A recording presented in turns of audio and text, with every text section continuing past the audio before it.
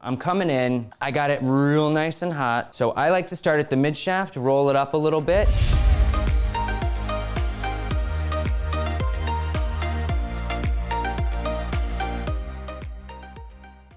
Hi guys, my name's Brian Hare. I am here on behalf of Free Salon Education, and today I wanted to go over another little styling thing. I had some pretty decent feedback from the blow dry class that we did last week. I just wanted to go over, it's actually a really cool, quick technique that I use a lot in the salon, especially when you're trying to make a really great impression, or if you've done a really, really exceptional job on someone's hair, and you just want to put that extra twist on the finish that just makes it look really, really great. So we're gonna jump right in. I've got my tool of choice today. I'm a big fan of Marcel irons for this look because there is a little bit of manipulation and twisting and turning and wrist work that you gotta do, so the Marcel just works nice and easy with that. That does not mean that it's mandatory. You can use whatever you want, whatever you're familiar with, but this is what we're gonna use today. I have prepped the hair with lots and lots of a thermal protectant. We're going in with a nice high heat, so you're gonna wanna make sure that you're not cooking the hair. I got Neuro from Paul Mitchell, they're Protect. All right, so I've divided her down the middle. I'm gonna do one look on one side, one look on the other. We'll start on the right side of the head. The look that I'm gonna be going with today on the right side of the head, I'm gonna have all of my curls going the same direction. It's gonna be, if you're thinking about it in terms of like if you're doing perms, I'm not gonna be bricklaying these sections. It's gonna be much more stacked. I want all of my sections relatively the same size and try to get them as in a row as possible. So we'll jump right in and start with the more uniform side first. So we're starting in the back. Just like when we were sectioning for our blow dry, and I said you want to get your section to mirror the brush a little bit so that it holds its foundation. You want a similar idea with these curls because I want these curls to hold some structure. So I don't want to take a gigantic section and then apply it to an iron that's only this size, because then any of that lift at the root that I'm trying to put in will just fall apart. So I'm coming in, I got it real nice and hot. So I like to start at the mid shaft, roll it up a little bit. The hair towards the root's gonna always need a little bit more time to heat because it's newer hair, therefore less processed. So it's gonna need a little bit more encouragement to curl than the ends will. And then let that fall and then don't touch it. The big thing with this is that you want to let these curls cool before you run anything through.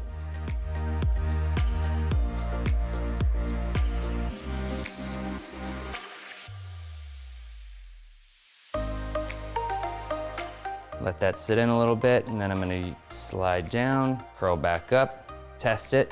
When you can start to feel the heat through the curl, that's when you know you've gotten all the way through and you're good to go. Unroll. Unroll, and then just let that end slide out.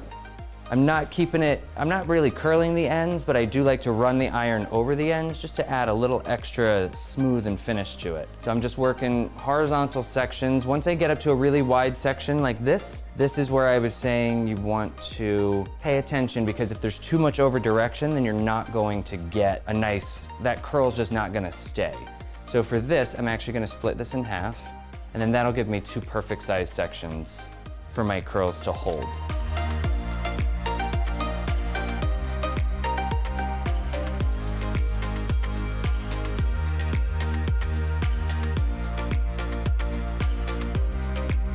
A good, rule of thumb for this when you're working is just to keep checking yourself. If it's super compromised hair, then you're gonna want to get that heat low and make sure you're feeling, because as soon as it starts to get warm, that's all you need.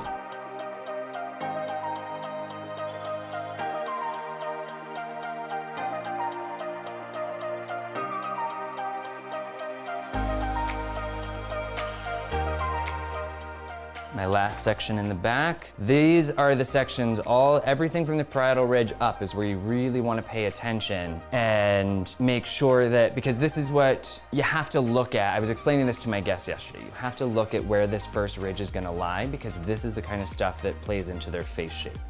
If you want to accentuate cheekbones or whatever, you want to pay attention to where that first ridge is, or where that first ridge is going to fall.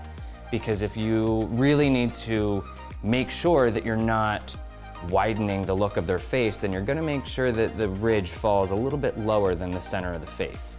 But if that's not an issue for you, or you're looking for more volume, then in these sections up top, you are gonna over direct up a little bit more to give yourself some more lift. Again, think about how much drag you want. The more drag you have, the more casual this look is. If you get closer to the root with it, it's gonna have a more structured look, and it's gonna look more like a head of curls. So when I grab the hair, rather than just grabbing it here, I'm sort of over directing it forward with the iron. So grab and then pull forward before I clamp down. And that way I'm keeping it more of a natural fall. And I'm really just applying enough pressure to hold it in place. I'm not smashing it onto the iron.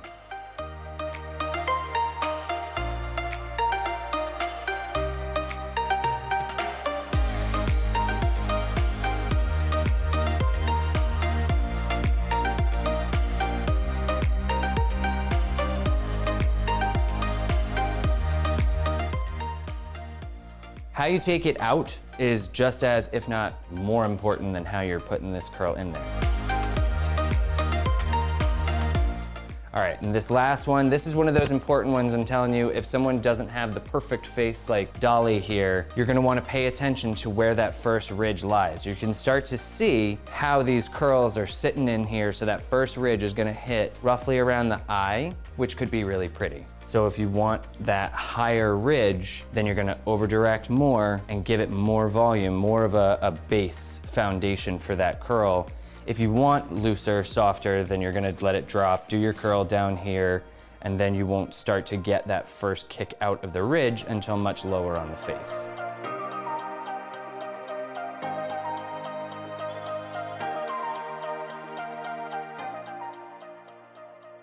Okay, so now, same thing, starting in the back to get a feel for her hair. Where the last time I was trying to pay attention, I was trying to keep my sections the same, or as uniform as I could get them, because I wanted those curls to be as uniform as possible, because I want this to end up like a big fancy finger wave almost. Over here, total opposite.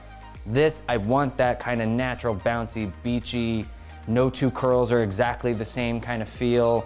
You gotta be curling them all sorts of directions. It's a fun look, but still pretty similar application.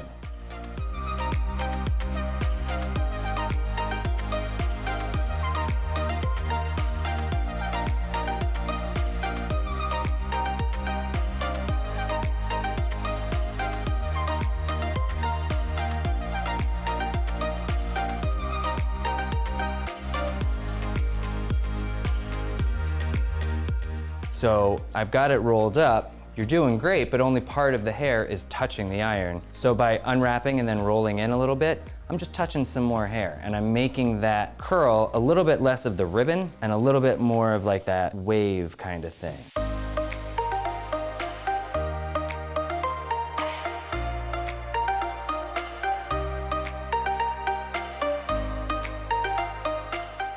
When working around the face, in this look, because I am trying to have curls that are gonna bounce off of each other, I still wanna be careful about which curls around the face go forward. Because when you have curls move forward and inward, it closes the face off and isn't always the best look. So that nice dramatic look is always to have open the face up like theater curtains.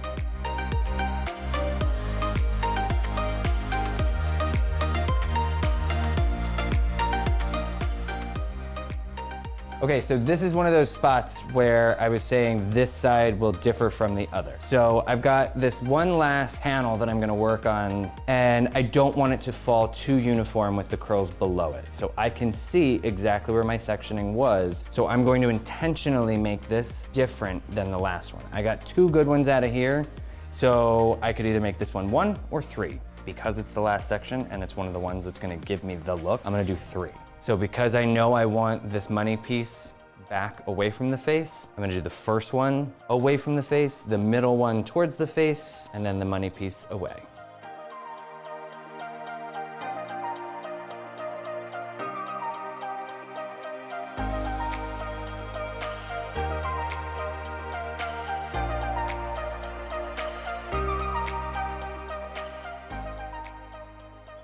there is nothing like a wide tooth comb. You can use the fingers and everything, but the uniformity of what a wide tooth comb is gonna give you works so fantastic.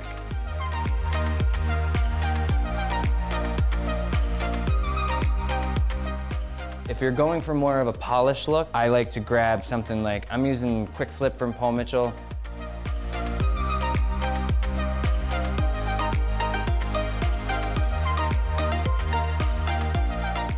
All right, so now I checked, we're cool, curls have cooled down. So we're gonna come in, I'm gonna comb this, but this time I'm not looking for everything to come together. So I like to go in with some kind of texture spray.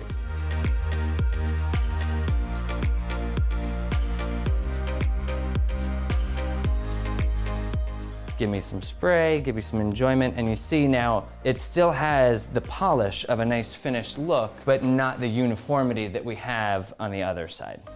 All right, guys, so that's it. I hope you got some tips from this, some tricks. Be sure to give me a follow on my Instagram at hairstyle, and go to freestyleeducation.com to download our app so that you can always stay on top of all of our classes. So thank you guys so much.